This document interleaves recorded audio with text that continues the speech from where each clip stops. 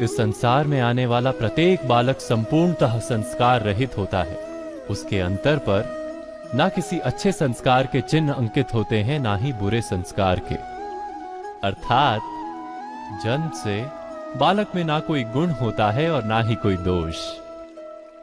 तो ये दोष अथवा गुण किस प्रकार प्राप्त होते हैं?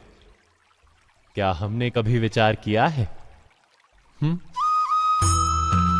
जो बात माता पिता के मुख से निरंतर सुनी जाती है, वही बात उनकी संतानों के हृदय का संस्कार बनती है। जैसे किसी गांव में नदी तट तक एक पगडंडी बन जाती है केवल उस मार्ग पर बार बार चलने के कारण।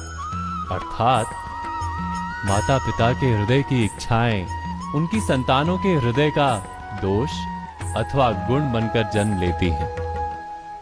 क्या ये सत्य नहीं? पर फिर भी जब उनकी संतानों में कोई दोष दिखाई देता है तो माता पिता आश्चर्य और दुख से भर जाते। माता पिता का हृदय ये प्रश्न करता है कि उनकी संतानों में ये कुसंस्कार आए कहां से।